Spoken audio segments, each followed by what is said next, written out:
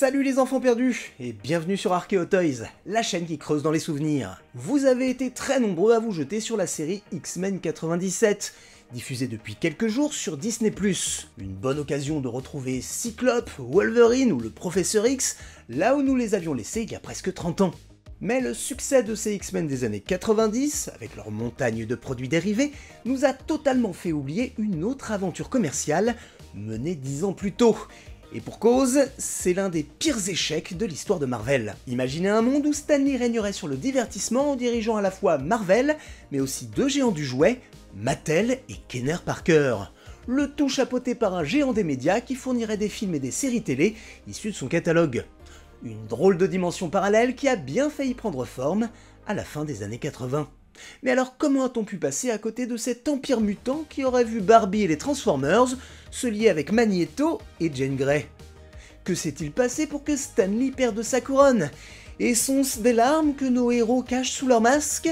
C'est ce qu'on va tenter de savoir dans une vidéo riche en enfants bizarres. Pas besoin de vous présenter Marvel Comics, tant cet éditeur de légende est omniprésent dans notre culture pop. Né sur les cendres des publications pulps de Timely Comics, puis Atlas Comics, la firme a su moderniser son catalogue de super-héros au début des années 60 pour atteindre les sommets. Le publiciste Stan Lee n'hésite pas à adopter des méthodes proches du Fordisme pour lancer de nouveaux personnages. Hi, I'm Stan Lee. Et les créatifs sont menés d'une main de fer dans un but de rentabilité poussée au maximum. Le succès populaire des 4 Fantastiques, puis de Spider-Man, va lui donner raison. Les héros de Marvel se veulent plus proches des aspirations de leur époque. Les États-Unis sont alors secoués par la lutte pour l'égalité des droits, menée entre autres par Martin Luther King. C'est que la ségrégation est encore une réalité dans de nombreux États du Sud. Et c'est contre ce genre de discrimination que devront lutter les X-Men, lancés en 63 avec Jack Kirby au crayon et Stan Lee au scénario.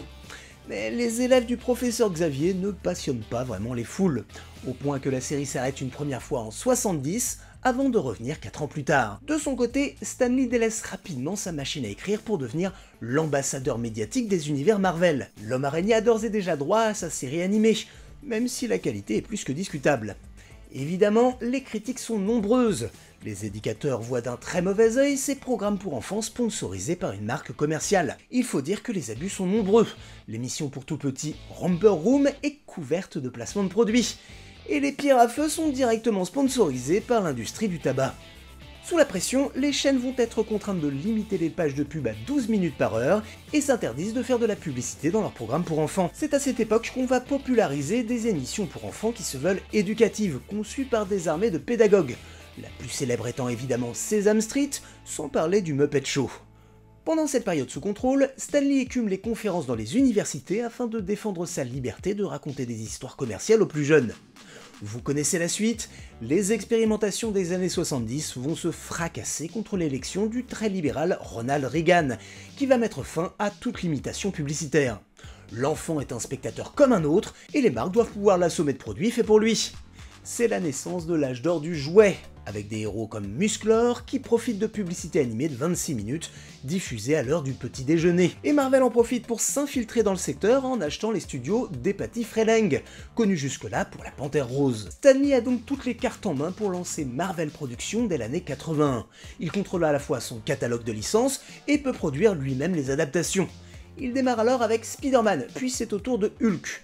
Ces héros sont déjà très populaires, mais ces dessins animés font exploser les ventes de produits dérivés. Côté comics, le directeur éditorial Jim Shooter décide en 84 de lancer le tout premier crossover mélangeant les héros provenant de publications différentes. Ce sera les Guerres secrètes. Le fabricant de jouets Mattel sponsorise l'opération et proposera 3 séries de figurines, tout en se refusant à payer un dessin animé dérivé. Oui, les Secret Wars sont trop cool, et elles auront droit un jour à leur propre vidéo, c'est promis. Sentant la bonne affaire, les autres fabricants de jouets vont changer leur fusil d'épaule et utiliser le savoir-faire de Marvel Productions pour promouvoir leurs personnages faits maison. Le premier à passer le pas, c'est TSR qui souhaite promouvoir son univers de Donjons et Dragons auprès des plus jeunes. Et ils seront suivis de très près par Hasbro qui va entretenir une longue liaison avec les services de Marvel Prod. On les retrouve derrière la série animée des G.I. Joe, des Petits Poneys et des Transformers. Tout autant de nouveaux personnages qui auront le droit en plus à leur série de comics, signés elles aussi chez Marvel. À cela s'ajoute un contrat avec le marionnettiste Jim Henson pour des dessins animés mettant en scène Kermit la grenouille. Et le succès est à chaque fois au rendez-vous. La firme fournit quasiment 2 best-sellers par an. Il reste encore un endroit où le studio ne parvient pas à faire ses preuves. Le cinéma. De ce côté-là, 1986 est même un désastre. Le film Mon Petit Poney n'atteint même pas les 700 000 $ au box-office, pour un budget évalué à 11 millions.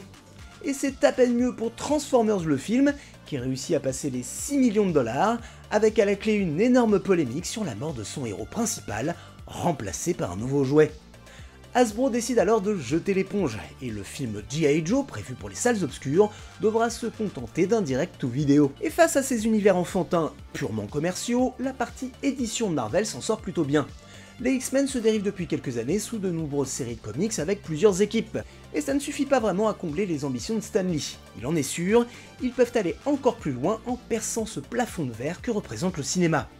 En 85, il n'a pas hésité à signer un accord avec le studio Canon pour un long métrage sur Spider-Man qui ne verra jamais le jour. Les producteurs n'ont visiblement pas bien compris le concept et pensent que Spider-Man est un genre de loup-garou araignée. Raison pour laquelle ils ont embauché le réalisateur Tobe Hooper qui travaille alors sur Massacre à la tronçonneuse 2. En réalité, Marvel a tout pour réussir, tout ce qui lui manque, c'est de l'argent frais. Et justement, fin 86, Marvel Company est vendu à un studio avec de grandes ambitions, New World Pictures. Leur plan est simple, utiliser les licences populaires de Marvel dans les médias, tout en les exploitant sous la forme de produits dérivés. Et ça tombe bien, car Kenner Parker est à vendre, et Mattel souffre terriblement de la chute des ventes de Musclor. Le barbare en slip laisse même une ardoise de 100 millions de $, rien que pour l'année 87. Après tout, Mattel a produit les Secret Wars, et Kenner dispose des droits pour les personnages de DC Comics. En possédant les deux, New World serait en capacité de contrôler ce qui rentre et ce qui sort. Mais il faut encore convaincre que l'âge d'or du jouet n'est pas terminé. Les coups de boutoir du jeu vidéo se font sentir et nombreux sont les analystes à pointer une chute des ventes. Alors Marvel New World va lancer un coup de dé, surfer sur la popularité des X-Men et vérifier la solidité de leur modèle. Dans le plus grand secret, le budget du 3e et dernier épisode de la série Robocop, financé en partie par Kenner, va servir à produire un épisode pilote pour une série X-Men. La production est sous-traitée à la Toei Animation, qui va donner vie aux élèves du Professeur X en y mettant tout le talent qu'on lui connaît. Quant à notre Stan Lee, il se chargera de la voix off, histoire d'introduire cette adaptation des numéros 129 à 139 d'Uncanny X-Men, paru à l'origine en 1980. Un choix qui n'est pas très surprenant, puisque c'est une excellente introduction à l'univers grâce au personnage de Kitty Pryde, une jeune mutante encore incapable de contrôler ses pouvoirs. On y retrouve aussi Cyclope, Storm, Diablo, Colossus, Wolverine et Dazzler, prises avec Magneto et sa confrérie des terroristes mutants. Les personnages portent leurs costumes classiques, et pour cause, les designs de Jim Lee, qui seront repris par l'autre série animée, ne seront créés qu'en 1991. Et niveau animation, c'est une petite pépite, on est très loin des horreurs diffusées seulement quelques années plus tôt. La série s'annonce déjà comme un véritable banger, d'ailleurs elle compte tout ce que les scénaristes ont pu créer de plus commercial, comme le dragon violet Lockheed. Bon, il y a aussi quelques éléments un peu bizarres, comme Wolverine qui parle avec un fort accent australien, alors qu'il est censé venir du Canada. Hostie kangourou, ils ont boosté notre glouton. Et si l'histoire est forcément compressée pour tenir sur la vingtaine de minutes du pilote, il y a quand même quelques petits morceaux de bravoure, comme le presque sacrifice de Diablo, qui n'est pas sans rappeler celui de Morph dans la série 92. Mais patatras, New World est stoppé dans sa lancée par les lourdes dettes contractées pour faire grandir le groupe. Le rachat de Mattel et de Kenner est purement et simplement annulé. L'empire du comics et du jouet s'écroule avant même d'avoir vraiment commencé. Pride of the X-Men ne sera diffusé qu'une ou deux fois, et encore, uniquement dans quelques états. Et début 89, New World décide de vendre Marvel Comics. Enfin, uniquement la partie édition. La partie Marvel Productions, elle, est séparée du reste. Le château de cartes de Stan Lee s'effondre. Le nouveau propriétaire de l'éditeur a d'autres ambitions que de biberonner les enfants avec des dessins animés. Puisque les lecteurs sont aussi collectionneurs, il va littéralement inonder le marché avec des versions collector. Le but inavoué étant de gonfler les comptes au maximum avant une entrée en bourse, quitte à voir la bulle éclater. Et elle éclatera. La nature ayant horreur du vide, au début de l'année 90, c'est une petite marque québécoise, tout juste renommée en Toy Biz, qui obtient le droit de fabriquer des jouets Marvel. Oh, leurs produits sont loin d'être les plus beaux du marché, mais ils payent les licences d'exploitation au rubis sur l'ongle. Marvel va aller jusqu'à fusionner en partie avec Toy Biz, permettant ainsi de dégager les fonds nécessaires à de nouvelles séries animées. Et c'est ainsi qu'on verra naître X-Men 92, dont on parlait au début de la vidéo. Une série qui marquera d'ailleurs l'arrivée du mania des médias Haïm Saban dans le domaine de l'enfance. Sans X-Men de 92, on n'aurait pas eu les Power Rangers. Stan Lee, quant à lui, finira sur le bord de la route, délaissé par l'actionnaire. Mais ça n'a pas empêché la série avortée des X-Men de laisser quelques traces, essentiellement dans le monde du jeu vidéo, avec une borne d'arcade exploitée par Konami à partir de 92. Un genre de fantôme de pixels qui restera l'un des très rares témoins de cet acte manqué. Et vous, connaissiez-vous l'histoire de ces X-Men maudits? Dites-le moi dans les commentaires. Voilà, j'espère que cette petite vidéo vous a plu. Comme d'habitude, elle a besoin de vous pour vivre, lâchez votre meilleur pouce bleu. N'hésitez pas à vous abonner si ce n'est pas déjà fait, Archeo Toys c'est dorénavant 2 vidéos par semaine, alors mettez la cloche pour être sûr de ne rien rater. Quant à nous, on se retrouve très vite, et en attendant, n'oubliez pas que vous avez été des enfants. Voici les X-Men et leur fantastique arme secrète, le Blackbird, poste de pilotage, centre de contrôle, planeur d'attaque. Avec les X-Men, contre les forces du mal, déclenche tes missiles directionnels. Pour les X-Men et le Blackbird Jet de Taiko.